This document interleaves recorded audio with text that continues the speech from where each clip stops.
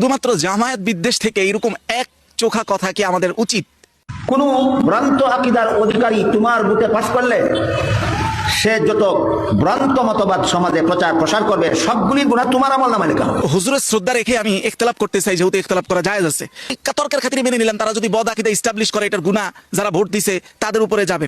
অন্য যাদেরকে আমরা ভোট দিব তাদের ছত্রছায়ায় যদি ধর্ষণ হয়, খুন হয়, রাহাজানি হয় বা পূর্বে যেগুলো হয়েছে এগুলো দায়ভার কার উপরে? সব আমার আর আমার হুজুরের উপরে না। বাইহাকের একটা হাদিস দেখি, তারপরে আমরা দেখবো এই দায় কার উপরে। দেখেন 1763 নম্বর হাদিসের বর্ণনা, রাসূলুল্লাহ বলেন, লা ইয়াতি আলান নাসি জামানুন, একটা সময় আসবে, লা ইয়াবকা মিনাল ইসলামি ইল্লা ইসমু, ইসলামের নামটা ছাড়ার কিছুই বাকি থাকবে না।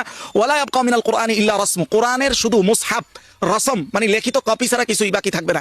রাষ্ট্রীয় কাঠামোর জায়গা থেকে যদি চিন্তা করেন তাহলে বলেন তো, আমাদের রাষ্ট্রীয় বা ম্যাক্সিমাম মুসলিম রাষ্ট্রীয় কাঠামোগুলো বা আমাদের দেশের রাষ্ট্রীয় কাঠামোগুলোতে কোরআন বা ইসলাম শুধু একটা নাম, এর বেশি কিচ্ছু না। বাস্তবতা এটা কিনা আপনি বলেন? তারপরে কোরআন শুধু একটা লিখিত কপি ছাড়া এর আর শুধু কোনো রাষ্ট্রীয় বিধানের তেমন কোনো কার্যকারিতা নাই। রাষ্ট্রীয় কাঠামোতে এই হাদিসের বাস্তবায়ন হয়েছে কিনা এবং এইটার দায় কার বলেন তো? সূরা ফুরকানের 30 নম্বর আয়াতে আল্লাহ তাআলা এটাও বলতেছেন যে ওয়াকাল রাসূলু ইয়া রাব্বি ইন্না কওমি ইত্তাখাযু হাযাল কুরআনা মাহজুরা, রাসূলুল্লাহ কিয়ামতের ময়দানে আমাদের ব্যাপারে এই অভিযোগ করবেন, মামলা দায়ের করবেন, এই কথা বলে যে আমার এই কওম এই কোরআনকে পরিত্যক্ত করেছে। এবং কোরআন পরিত্যক্ত কয় ভাগে বিভক্ত? কোরআন তেলাওয়াত না করা এটা পরিত্যক্তের অংশ, কোরআনের বিধান অনুযায়ী রাষ্ট্র না চলা এটা রাষ্ট্রীয় কাঠামোগতভাবে কোরআনকে পরিত্যক্ত করা। তাহলে এই দায়টা কে দিবে বলেন? আসলে জামাত ইসলামের যে মওদুদিবাদ, আকীদায় মওদুদিবাদ বলে, এটা আমার দৃষ্টিতে অনেকটা এরকম, সুন্নিরা যেভাবে, বেরলবি সুন্নিরা যেভাবে আমাদের উপর ওয়াহাবিজমের ইলজামকে চাপায়া দেয় জোরপূর্বক ভাবে, আসলে আমরা কিন্তু ওয়াহাবি আকীদার না, আমরা আহলে সুন্নাহ ওয়াল জামাত আশারি মাতুরিদি আকীদার। ঠিক একই ভাবে জামাত ইসলাম বারবার বলে যে আমরা মওদুদি সাহেবকে চূড়ান্ত কোনো আকীদার ইমাম অথবা ফিকার ইমাম হিসাবে মানি না, শুধুমাত্র মওদুদি সাহেবের রাজনৈতিক ফিলোসফিটাকে আমরা গ্রহণ করেছি।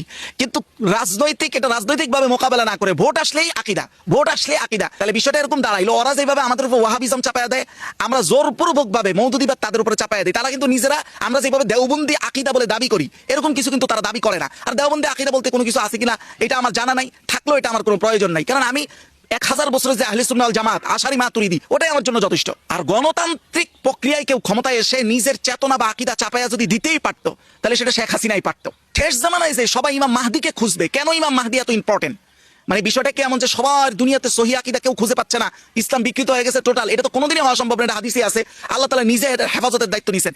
মানুষের অভাবটা কি থাকবে শেষ মুহূর্তে? ইমাম মাহদিকে মানুষ কেন খুঁজবে আকীদার জন্য? সুনানে আবু দাউদের হাদিস 4285 নম্বর হাদিসের বর্ণনায় রাসূলুল্লাহ আকীদার কথা তো উল্লেখ করেন নাই, ইমাম মাহদির ব্যাপারে রাসূলুল্লাহ বলেন, ইয়ামলাউল আরদ কিসতান ওয়া আদলা কামা মুলিআত যুলমান ওয়া জাওরা, এই ইমাম মাহদির আগমনের আগে সারা পৃথিবী জুলুম, অত্যাচার, অন্যায় ভরপুর হয়ে যাবে। কিন্তু ইমাম মাহদি আসার পরে সেই জায়গাটা পরিবর্তন হয়ে ইনসাফের রাষ্ট্র কায়েম হবে, ইনসাফের পৃথিবী কায়েম হবে।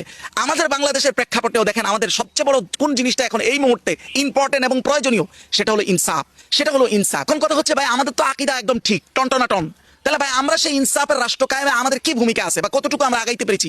আমাদের তো সেই প্রশ্নটা উঠানো দরকার। বাস্তবতার নিরিখে তো কিছুই না, শুধু আকীদার পাঞ্চা বায়া মানুষের গায়ে ওই পানের পিচকি ফালানো ছাড়া আমাদের আর কি আছে বলেন তো?